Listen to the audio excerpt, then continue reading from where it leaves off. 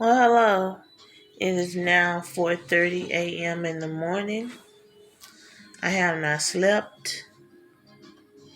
Got some things on my mind, and then I still kind of have a hangover because I did some drinking late last night. But let me go on ahead and finish this story time. So, um, right after my mom had slapped my dad upside the head and told him, "You're not about to kill me and my daughter in this motherfucking car." And then she got out of the car. I got out. She told me to get out with her. So, and she said, "You can burn with this car, motherfucker."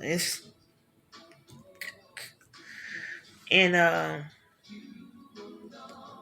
my dad just looked, and me and her walked a couple of blocks to this hotel and asked this dude who was Hispanic, who was the manager, if we could get a room. And she just told him, "We don't have no money. We're stranded, and we're trying to get home." So we used the phone that was in the hotel to call my two sisters.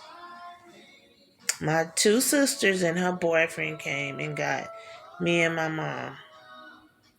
And so me and my mom telling them what happened about how my dad pissed my mom off.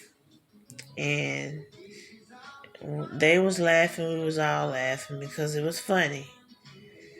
Next thing I know, we arrived home, so because my little sister boyfriend at the time had drove. And so we make it home.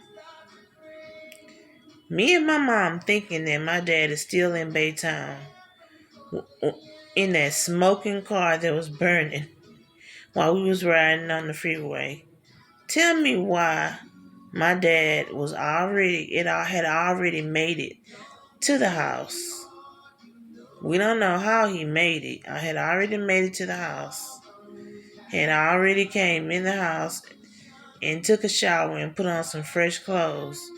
And he was smoking a cigarette sitting outside.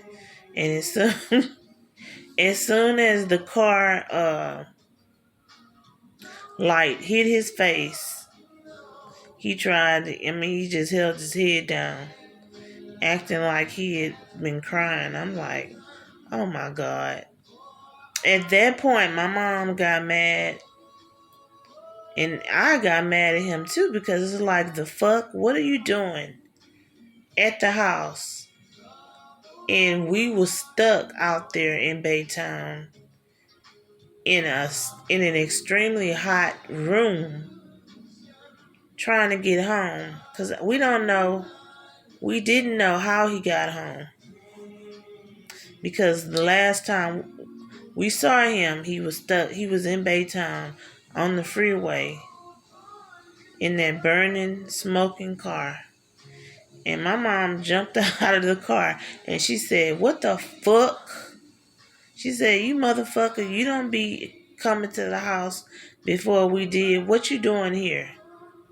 And then my dad just said, "I can be here if I want to. I live here too."